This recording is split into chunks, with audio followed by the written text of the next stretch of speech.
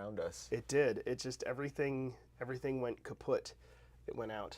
So, well, here we are. We're back. We're back. Welcome back, everybody. Welcome back. It is another Thursday. It is noon, and it is caucus time. And it is leap day. It's leap day. This one doesn't count. Everything we say today just isn't going to be recorded on the internet. Is that how that works? No, it's not like a Y2K every 4 years. Like they programmed it in.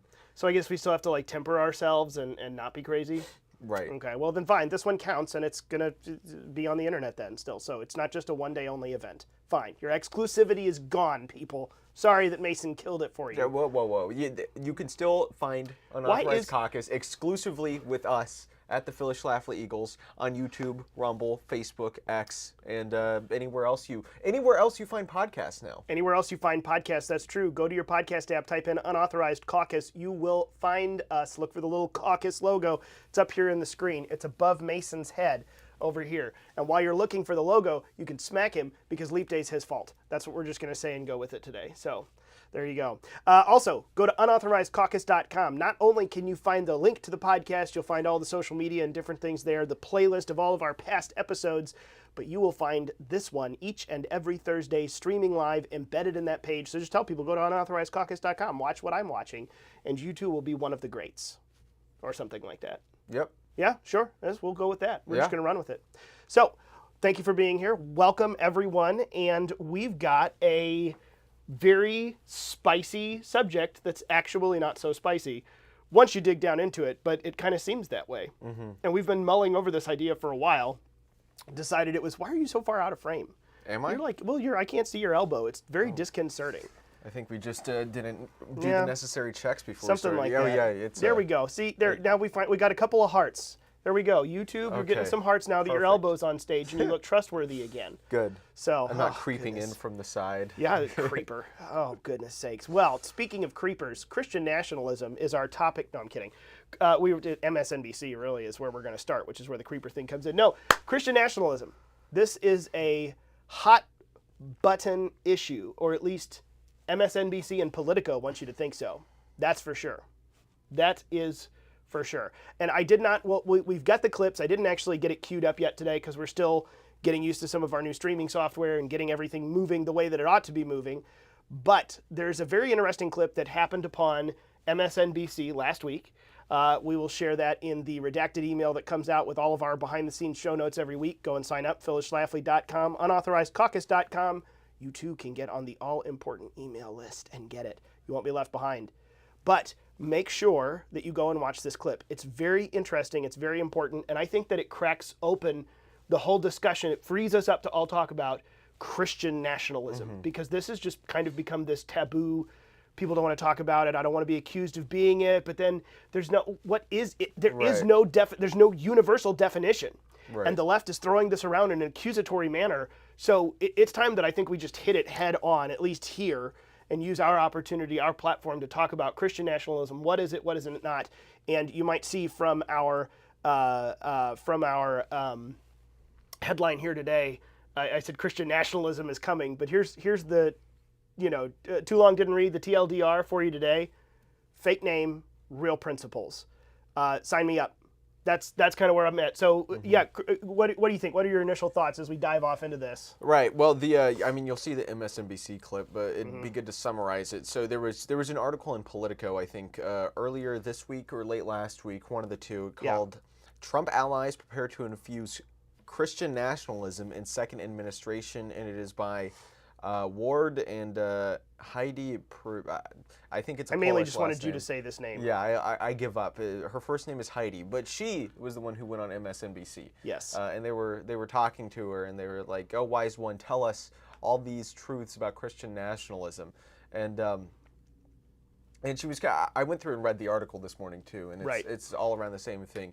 The typical leftist way of doing journalism. You describe something, but you kind of have an aghast tone the entire time, so your reader just takes on that same aghast tone, and they're like, "Oh, they want to restrict abortion." There's nothing like, or just the assertion that it's like, "Oh, and so who associates with so who does X misinformation." Baltimore County. is, it's that same whole style of Politico leftist journalism. And so she goes on MSNBC and they're like, oh, wise one, what is Christian nationalism? And she's like, oh, it's distinct from real Christianity, which I'm not quite sure what she means by that. But she says that the kind of the fundamental aspect of Christian nationalism is that unlike normal Christians who think that they get their rights from Congress and the Supreme Court, Christian nationalists... Well, I've got the quotes here. Okay, yeah. So here's what Heidi says. Okay, hold on. Prisbilla?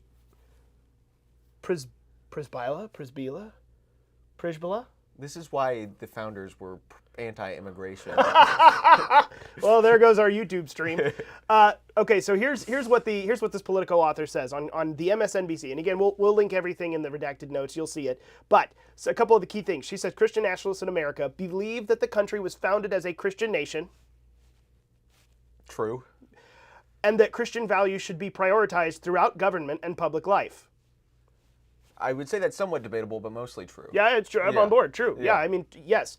And again, we'll get into some specifics here, but she goes on, and this is where the real controversy kicked in. The thing that unites them as Christian nationalists, not Christians, by the way, because Christian nationalist is very different, she asserts, is that they believe that our rights as Americans, as all human beings, don't come from any earthly authority. They don't come from Congress. They don't come from the Supreme Court. They come from God. The problem with that is that they are determining, men are determining what God is telling them. So let me get this straight. My rights, my inalienable human rights, don't come from the 435 yahoos in Congress and the 9 semi-yahoos who sit on the Supreme Court and the major yahoo, senile, who's in the White. This is a good thing. I'm sorry, in what universe is this a bad thing for me to believe that these come? Actually, in fact, this is a fundamentally American thing.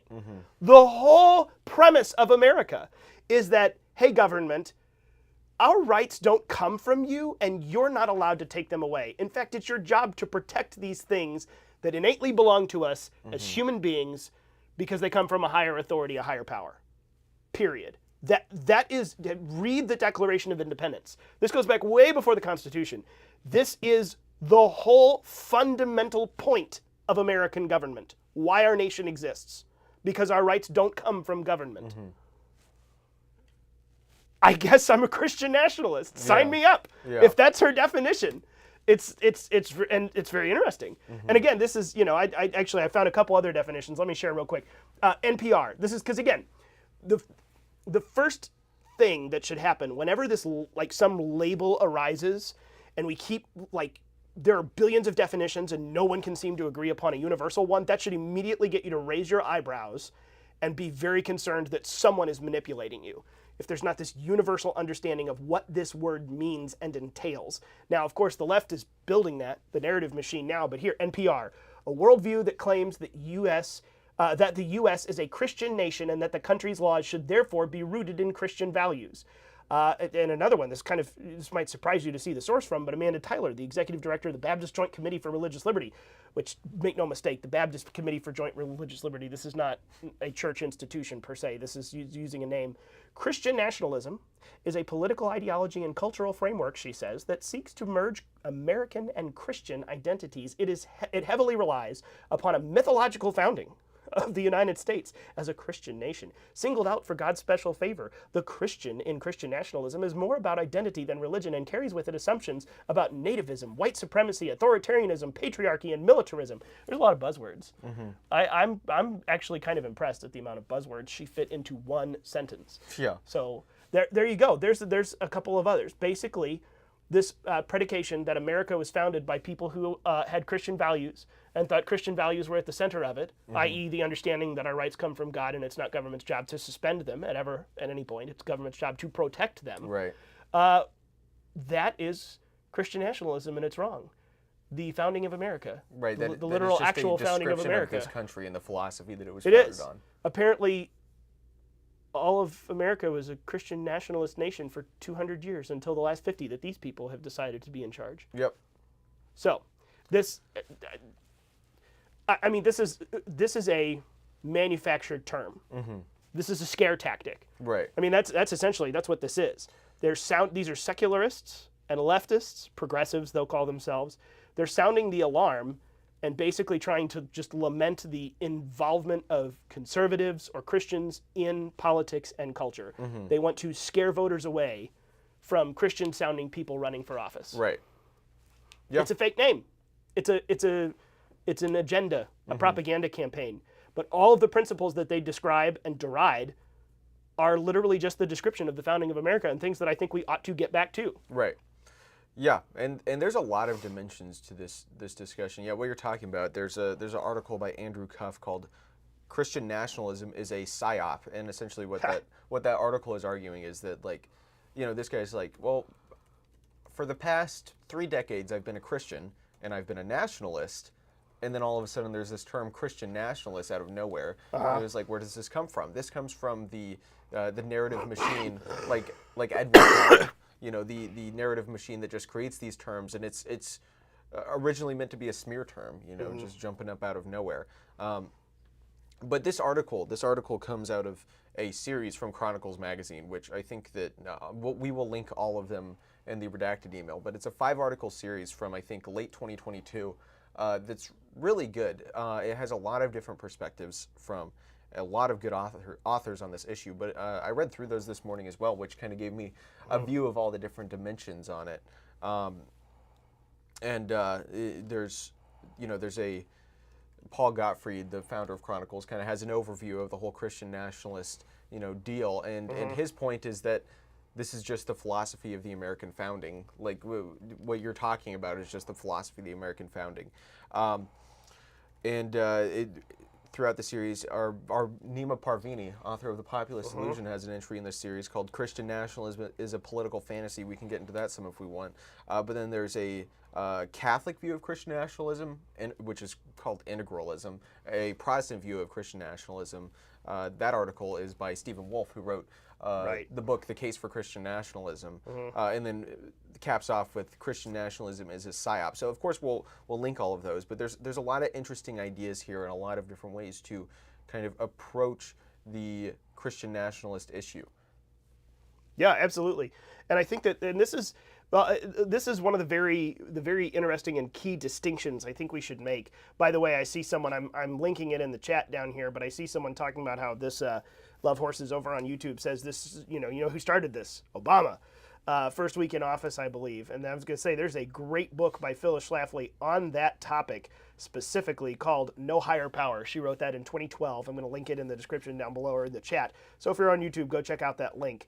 But really interesting book there from Phyllis on this topic, No Higher Power, Obama's War on Religious Liberty. But let's make a couple of very interesting distinctions. What I think the big thing is that well, of course, this term, it's a political manufacture, a political fallacy that this group, I mean, okay, maybe there are some people out there like this, but what they're describing are trying to foment fear into voters' minds, essentially. What the left is trying to do is convince you that there's a bunch of people who want a theocracy, which is not what they're saying, but that's essentially what they're equating when they keep saying Christian nationalism. And I mean, let's be clear. Theocracy is something entirely different. That's where we are.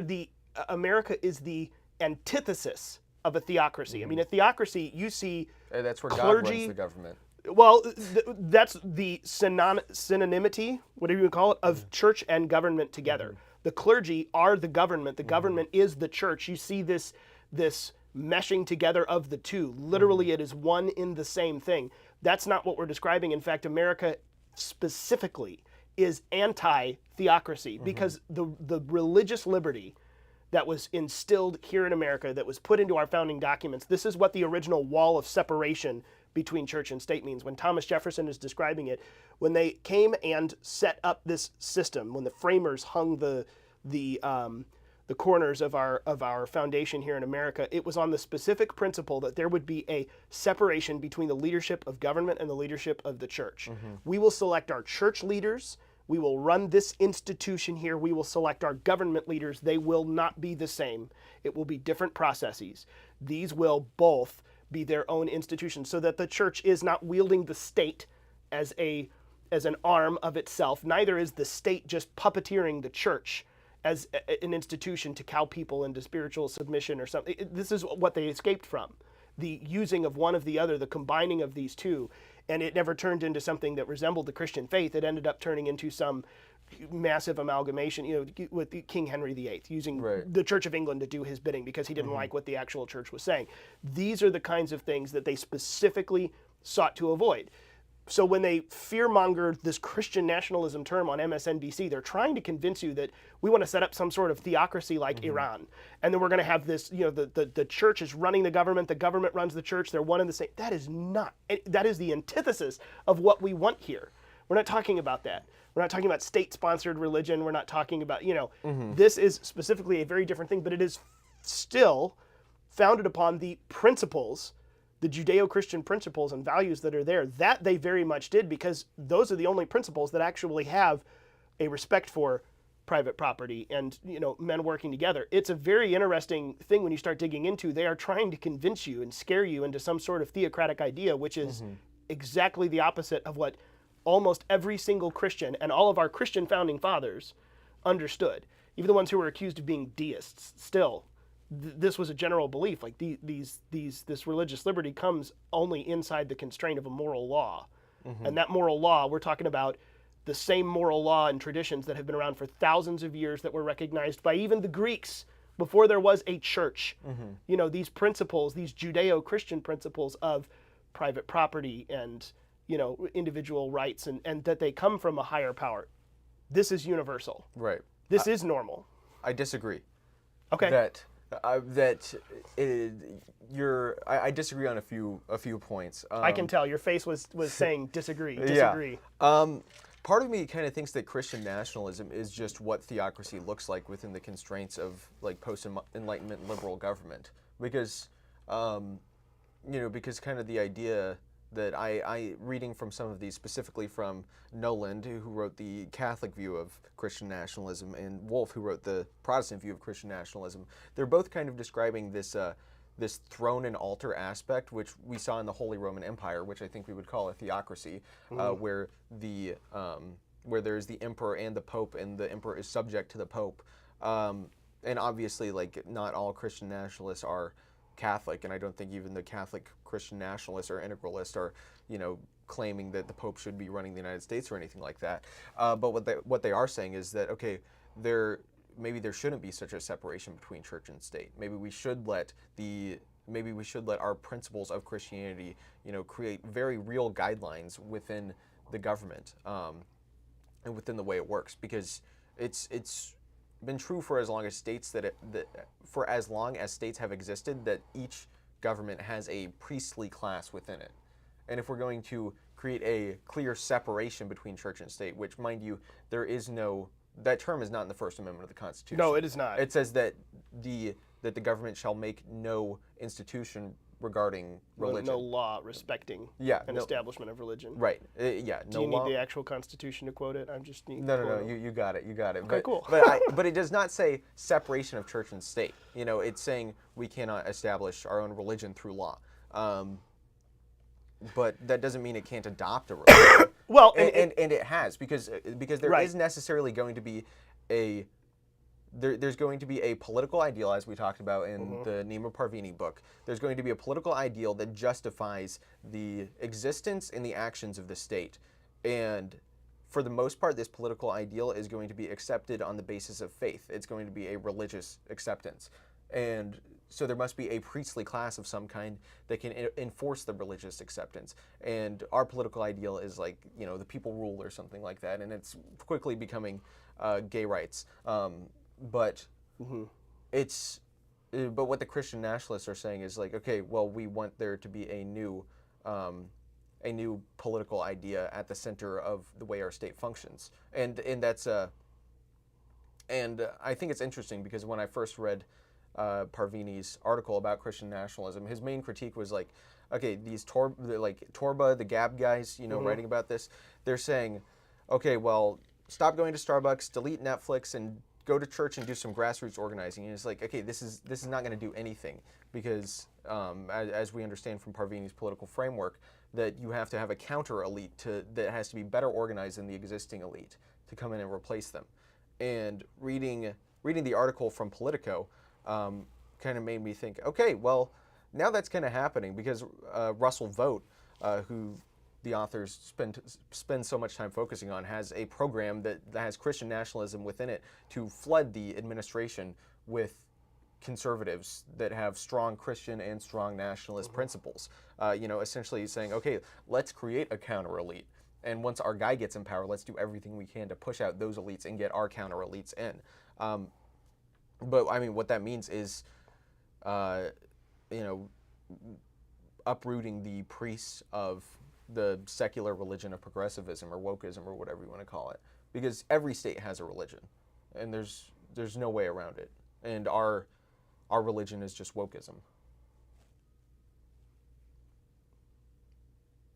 I'm just going to drag out the pregnant pause here for very interesting points. And I mean, I agree with quite a bit of what you're saying in there. And just as a note, one thing that's interesting to me, and actually I've dabbled in this conversation a couple of times with other folks this year already.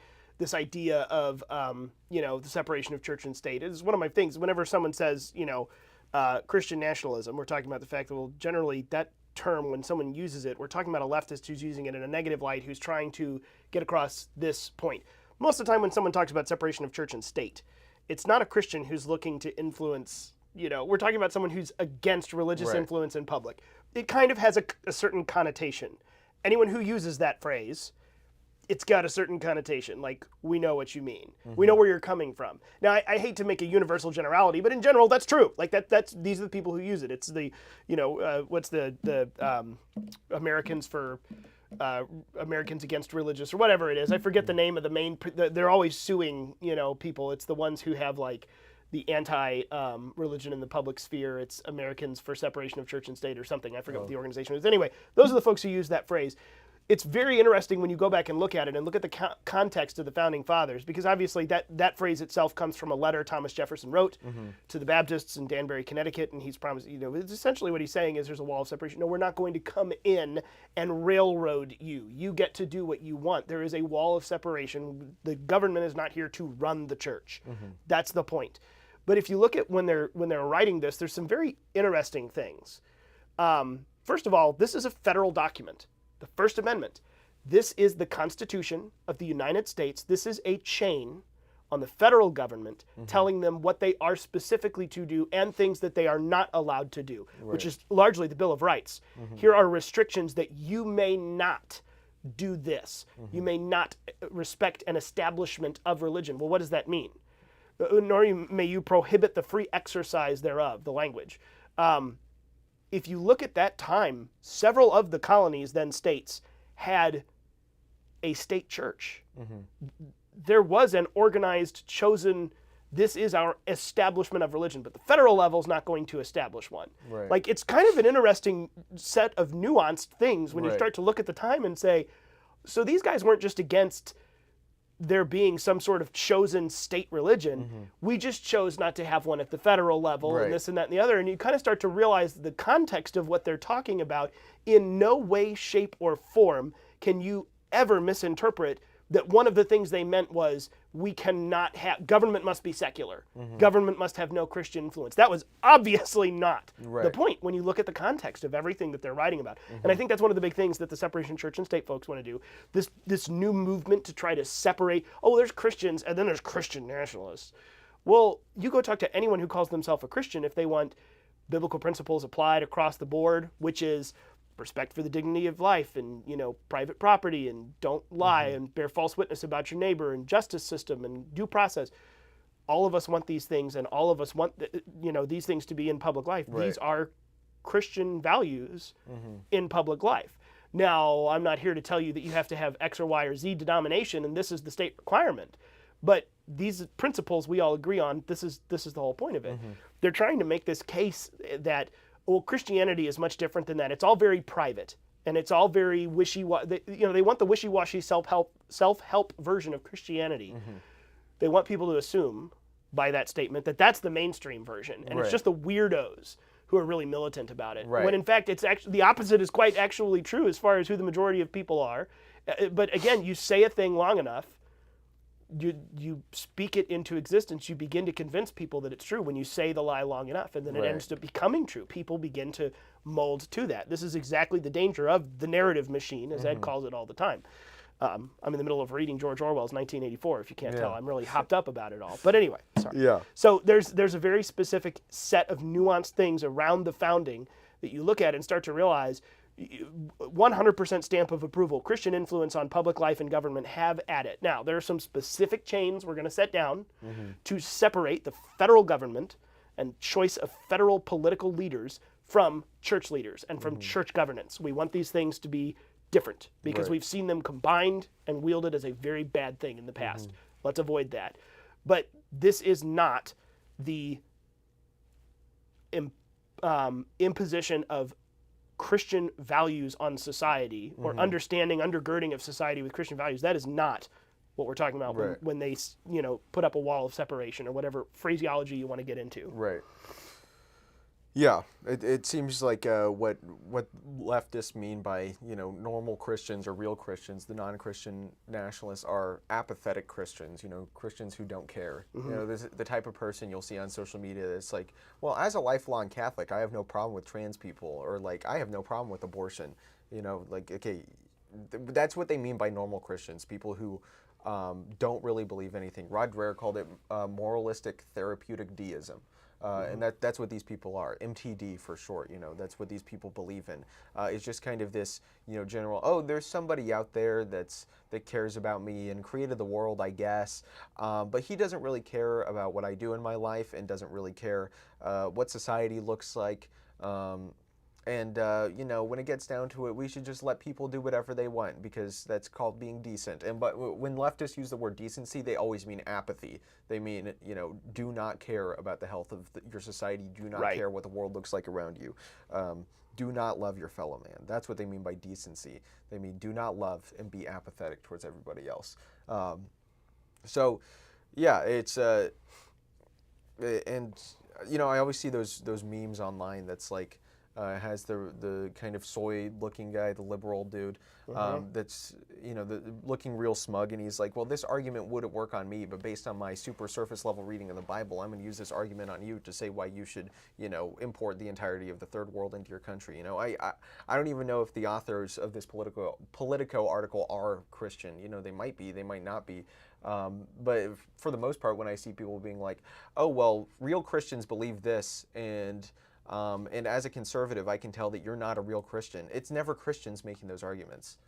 And it's especially not like devout Christians. Very rarely.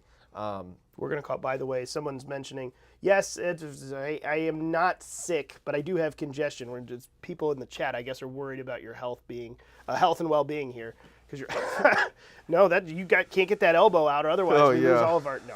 I have seasonal stuff going on, and the congestion is just wild. Congestion and throat. So that's where the frogginess comes from. And the CIA is sending allergens into our building.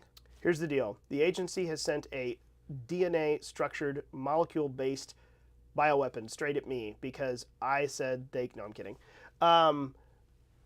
It's the Rothschilds. I'm going to stop now. Well, he's gone too. I'm going to stop now before that actually potentially happens to me.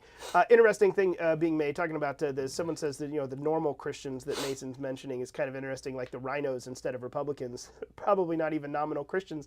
Instead of rhinos, I have can we call these people chinos? Christians in name only? No, because that's already a thing. I know it is. Yeah. But I thought it was funny. Okay, fine. And I wear chinos, so I don't want to hurt myself. From two guys wearing chinos, that's interesting. But no, that's true. And then this is a very an alternative point to make here, which you said it. You knocked on the door of it a minute ago that wokeism is our state religion now. I mean, as far as what the government is propagating, there will be always at all times a religious viewpoint for everyone. Yeah. Atheism is a religious view of God, that he doesn't exist. It is a viewpoint that hinges on the existence of God or the involvement of God, whatever you want to call it. There is always a religious viewpoint. The religion of the religion of atheism, I would argue you could call the practicing religion side of it is secular humanism. This, man is ultimately perfectible. He is good down to his nature. We can only change his outside circumstances, and then he will end up being. This is this utopianism upon which socialism, Marxism is based, and it's well, there's a word for it that I hesitate to say, but I'll go ahead and say it. Horse feathers. It's horse feathers. That's what you thought I was going to say, right? Yeah, it's definitely. horse feathers. Because you and I both know that man is not innately good. You do not need to teach a toddler to be bad. Children know how to be bad from birth on. You have to teach them to have self-control and patience. These things are not the natural. Now, some people are a little more predisposed to it than others, but it ain't man's nature, that's for sure. That's why Hobbes was wrong, or Hobbes was right. Rousseau was wrong. Yes, exactly. But it's when you remove Christian values from the central stage of your worldview, or the dominating worldview of the people who are running government, which I would argue has definitely happened, especially over the last 80 years, 80 plus years in America, something else will replace it. It will not be replaced by a void. No religion. It will be replaced by religion. That religion has become secular humanism, which right now is violent wokeism. Right. That is the practicing arm of secular humanism right now, is what we would call wokeism. This, the critical theory, the institutions are bad and must be torn down and we start over. The whole thing. It's so very, very interesting to see. But let us make no mistake, that is in fact a religious viewpoint. And that religion has permeated government and is using the strong arm of government to do its will against its political and religious opponents. Right. There is a state religion, and it's one that hates you and me and you. Right, and it worships death and weakness. Why must you ask the hard questions? Love Horses says, so what do we do now? What do we do now? Oh, come on. What are you coming to us for the real... No, I'm kidding. What you do now is... What do we do now? That's the next part of this conversation. What do we do now? Well, I mean, we can't, explicitly endorse anybody because we're a nonprofit, but... Well, but that doesn't fix it. Yeah, well, I mean, if you want to think in terms of a circulation of elites to, instantiate a new political formula, that's a pretty important first step. It's kind of hard to replace the libtards in the Biden regime with cool and based Christian nationalists. Well, currently, but I mean that's what we need to do. We need our people to be in power. She says Krynos. How about we call them the Krynos? Which, with a lot of the crying that they do, I think that's actually fair. What we need to do is we need to be willing to unapologetically defeat our enemies and reward our friends. Yes, that I was about to say. That's what we need to do. Is multifaceted. It really is. I mean, there's all of the layers, because first of all, we have to go and win in the political realm. We have to turn back the tide. And by no means, I'll go ahead and say it, this is my personal view, because again, like he just said, we're a 501c3. There's no official endorsement from anyone else, but from me, from my lips, we've got to have Donald Trump. We cannot have Joe Biden, or whoever the heck is actually running the administration, Susan Rice. It's not Joe Biden, that's for sure. Or Obama. We can't, Obama pulling the strings. We cannot have a Nikki Haley who answers to whatever masters she answers to. We cannot have a Mike Pence who answers to whatever masters he answers to. We have to have someone who is more independent from the system and wants to change, break, turn off, shut down at least parts of the system, if not almost the whole system itself, as it has become. Not our Constitution, the bureaucracies that are subverting it. So you want to invite Javier Milei from Argentina? You know what? I foreign VP, bring it on. No. But that's the thing. We've got to do like a Javier Milei style thing or a Bukele style thing. No, this is what we're going to do. Let us make a radical political transformation now. Whatever ticket represents that direction. Trump is not perfect. Whatever ticket represents that direction, we must go for it, because there must be change done. Now, that's a Band-Aid, because the reality is schools have twisted children long enough and indoctrinated them long enough to this new state religion that we have lost the hearts and minds of the voters. There is going to be a point in this linear history that we're on, I think, where we can't win an election anymore. Even if we stopped all of the illegal immigrants coming in and just getting handed driver's licenses and voting cards, if we stopped all of those things, I think there's still, if we don't turn off the indoctrination from from cradle up, almost, with our pre-K and then institutionalized government schools, we eventually will reach a tipping point of losing, because those people, their hearts and minds need to be changed to understand. That's not a political fix. That's a spiritual fix. That is a new great awakening, a new revival that's needed. Right. So yes, we need to do the political things and do them now, and we must win, which means I can't just sit back and wait for someone who sounds more Christian. I will take Donald Trump, who's actually going to defend my faith, even if I don't know if he totally shares it. That dude's going to at least give me a fighting chance for liberty. We must win. Right. I'll take him, And but then that's a once- political fix. but I also you have to go you change have to hearts and win. minds. You have to, like, it doesn't just matter that you win. You have to actually do something once you Right, win. which it's is- not enough to be in power. You have to use power. And Exactly. and you have to not only do that, but you have to use power to. And that's what I mean talk by about this, winning. like, I should every week. clarify. We talk about the existential situation we're in America. Winning does not mean just having a Republican with a Republican in the presidency and Republicans in Congress. Winning means there is no more left. That's what victory looks like, because the left is a revolutionary project that will stop at nothing but the total remaking of society. We saw this in the French Revolution. We saw this across Europe when the communists were uprising. We saw this in the Soviet Union. We see this over and over again. They do not stop until they have had their total and complete victory. And so what happens is they either win and remake society, and then people die and it's a disaster, or somebody steps up and is like, no, this is not going to happen. Like in Spain, when they were like, okay, no, we're not gonna meet in the marketplace of ideas and talk about it. They're like, no, we're gonna kill all these communists because they're trying to destroy our country. And that's, I mean, I'm not saying we need to kill the left, but we certainly need to get all of these people that are indoctrinating from cradle to grave, they need to be out of positions of influence and power completely. Right. You know, they should probably be put in jail. Which is why, to your point, when I say win, and I should have clarified from the beginning, you can't. That doesn't just mean win elections. That means get in and then do something. Winning. We must use the positions of power appropriately inside checks and balances to actually shut stuff down. Like, I'm looking for someone to wholesale close some of the federal agencies that ought not to exist, and fold some of the, if there is any essential function in any of them, fold it back into something else. I mean, we're talking about laying off tens of thousands, millions of federal employees. This is not going to be a popular person. Perhaps that's why a second term, a lame duck Donald Trump, is one of the most incredible gifts we could get. Well, will he do that? I don't know. I hope so. Right. But maybe we'll find out. I'd like to find out, because I know Biden sure won't. Right. A lame duck Biden won't do any of the things that I want to do. And there is no other third alternative right now. None of those are going to happen. And I don't trust RFK Jr. to do it either. But you've got to get in and use the power that is given to you to actually do things correctly in the right direction and make change. There has to be winning, and there has to be active doing. But again, to the point of what I was saying, it's a multifaceted thing. That's great, but that can't be our entire energy, because at the end of it all, there has to be a hearts and minds change in the people, in the culture, because I do believe that.